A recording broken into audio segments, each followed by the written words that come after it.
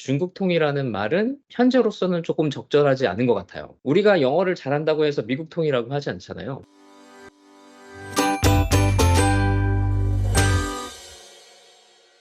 안녕하세요. 18층 변호사들 중 한 명인 류승호 변호사입니다.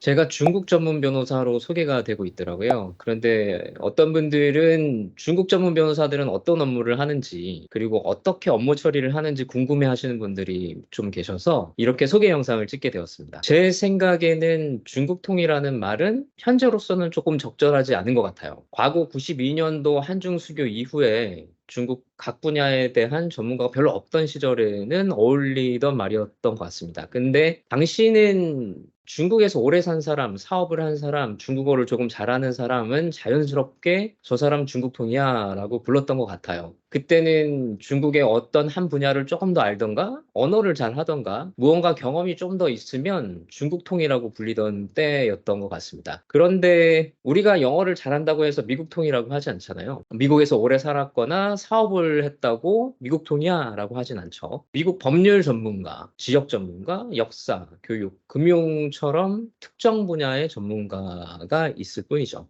사실 모든 분야의 전문가는 있을 수가 없죠. 전문가는 스페셜리스트거든요. 모든 분야를 다 알면은 그냥 제너리스트겠죠. 스페셜리스트가 아니고요. 물론 중국통이라는 말을 쓸 수는 있어요. 뭐 어떤 분야의 전문가다. 근데 습관처럼 저 사람은 중국통이야 라는 말은 쓸 수는 있습니다. 그런 의미에서 중국통 말고 그냥 막연하게 저 사람 중국통이야. 오래 살았으니까 중국통이야 라고 하는 말은 진정한 스페셜리스트라고는 볼 수 없지 않을까라는 생각이 듭니다. 2012년도에 한 한국 대형 로펌의 상해 대표처에서 파견 근무를 했었습니다. 그리고 한국에 복귀를 하고 테헤란로에 있는 로펌 본사무소에서 쭉 근무를 해오다가 광저우에 있는 중국 대형 로펌으로 다시 이직을 하게 됐죠. 그리고 2020년 구정 때였죠. 구정을 세기 위해서 가방 하나만 달랑 메고 한국으로 왔어요. 왔는데 갑자기 코로나가 터지기 시작했죠. 중국에서 먼저 터졌고 그 후에 한국에서 또 심화가 됐고요. 자연스럽게 한국에서 원격 근무를 했었는데 그 기간이 점점 길어졌어요. 또 마침 그때 한국의 각 분야에서 10년 이상 근무하시고 나름의 꿈을 가지신 변호사님들과 함께 의기투합을 해서 지금 현재 법무법인 시우를 공동 설립하게 됐습니다. 네, 일단 중국 로펌은 규모 면에서 어마어마하죠. 한국은 최대 로펌 규모가 이제는 1000명을 넘는 수준에 도달했는데 중국은 5000명, 6000명, 7000명, 10,000명을 넘는 로펌도 꽤 있고요. 제가 근무하던 중국 로펌도 세계적으로 변호사 10,000명이 넘는 곳이었습니다. 그러면 규모가 크다고 다 좋냐? 그거는 아닌 것 같아요. 안 좋은 점은 컴플리트 체크를 할 때 절차적으로 복잡하고 시간이 많이 걸린다는 점이 있습니다. 무슨 말이냐 하면은 컴플리트 체크라고 하는 것은 이익 충돌이 발생하지 않도록 사전에 체크를 하는 건데요. 만약에 제가 어떤 클라이언트하고 수임 계약을 체결한다. 그럼 사전에 저희 로펌의 다른 변호사님이 그 클라이언트의 상대방하고 혹은 다른 이익 충돌이 되는 자문이나 변호사 업무를 제공해주지 않는가라고 사전에 먼저 체크를 해야 되는데요. 변호사 수가 너무 많으면 이 체크를 하는데도 상당히 복잡하고 시간이 많이 걸리게 되죠. 또 중요한 것은 제가 이 사건을 너무 맡고 싶고 중요한 사건인데 컨플릭트가 발생이 됐다라고 하면 이 사건을 맡을 수가 없게 되죠. 그게 제일 안 좋은 점 같아요. 네. 컴플리트 체크를 왜 하냐고요? 변호사가 쌍방 대리를 하면 안 되기 때문인데요. 뭐 쉽게 얘기하자면 원고도 제가 대리하고 피고도 제가 대리를 하면 안 된다는 거죠. 자기 클라이언트의 이익을 위해서 변호나 자문을 해야 되는데 양쪽을 모두 대리하면 어느 한쪽에 충실할 수가 없어서 결국에는 어느 한 의뢰인에게 피해를 줄 수도 있기 때문입니다.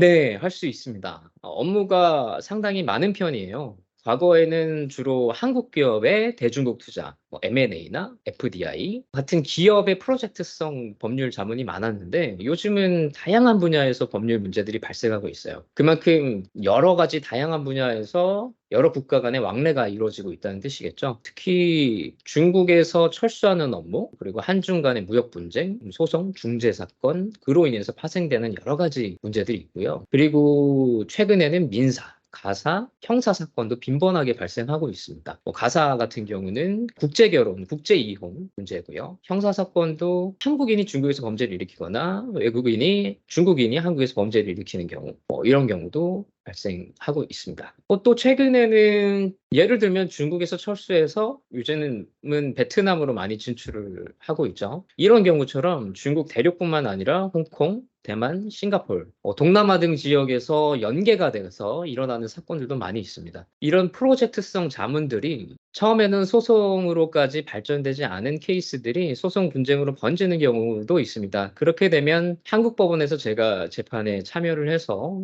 재판을 진행하는 경우도 있고요. 형사사건 같은 경우는 경찰, 검찰에서 수사 변호를 하는 경우도 있습니다. 또 중국에서 소송이 진행되는 경우도 있겠죠. 그런 경우는 중국 변호사와 함께 중국 법원에서 소송 수행을 하기도 하고요. 그럼요. 아무래도 클라이언트가 중국 국적이거나 중국 기업인 경우에는 중국어로 소통을 해야 되겠죠. 사건들이 굉장히 급박하게 돌아가는 경우가 많습니다. 신속하게 처리를 해야 되는데 중간에서 누가 통역을 하시게 되면 정확한 의사 전달이 안 되거나 불필요한 오해가 생기는 경우가 상당히 많거든요. 결국에는 사건 처리가 늦어지게 되고 결과에도 영향을 미치는 경우가 적지 않습니다. 그래서 중국어 소통 능력이 상당히 중요하다고 생각이 듭니다. 네. 그런 질문을 하실 수도 있을 것 같아요. 저는 항상 공정하게 하려고 하죠. 한국인이나 한국 기업이 중국법을 잘 몰라서 피해를 보시는 경우가 있고요. 중국 기업이나 중국인이 마찬가지로 한국법을 잘 몰라서 불필요한 분쟁이나 소송이 진행되는 경우도 있어요. 심지어 한국 법원에서 소송이 진행이 될 때도 중국 법이 적용이 되는 경우가 있거든요. 중거법이 중국법인 경우인데 쉽게 말씀을 드리면 당사자 사이에 계약서를 체결할 때 적용 법률을 중국 법률로 한다라고 약정하는 경우가 있어요. 혹은 뭐 홍콩법 아니면 뭐 싱가포르법 다른 나라 법도 마찬가지입니다. 이런 경우는 한국 법원에서 해당 국가의 법률에 따라서 판단을 하게 되는데요. 이때는 변호사가 정확한 중국 법률 또는 다른 국가의 법률에 대한 해석과 판례 그리고 규정을 제시를 해서 법원이 정확한 판단을 내릴 수 있도록 하는 것이 굉장히 중요하죠. 국가 간의 법률과 제도가 같을 수는 없죠. 상당히 차이점이 있기 때문에 이것들을 잘 모를 경우에는 억울한 피해나 정확한 공정한 판단을 받을 수 없는 경우가 굉장히 많습니다. 그렇지만 이 법률이란 도구는 누구에게나 공정하게 주어져야 된다고 생각을 하고 있거든요. 저희 법무법인도 그렇고 저희 팀도 항상 그런 기회를 공정하게 주어질 수 있도록 최선을 다하고 항상 노력하고 있습니다. 지금까지 여러분들이 저에게 궁금하다고 물어보신 부분들에 대해서 간단하게 답변을 드려봤습니다. 앞으로도 기회가 닿는다면 조금 더 여러분들이 궁금해 하실 수 있는 부분에 대해서 설명드리는 영상을 한번 찍어 보려고 해요. 예. 앞으로 많이 시청 부탁드리겠습니다.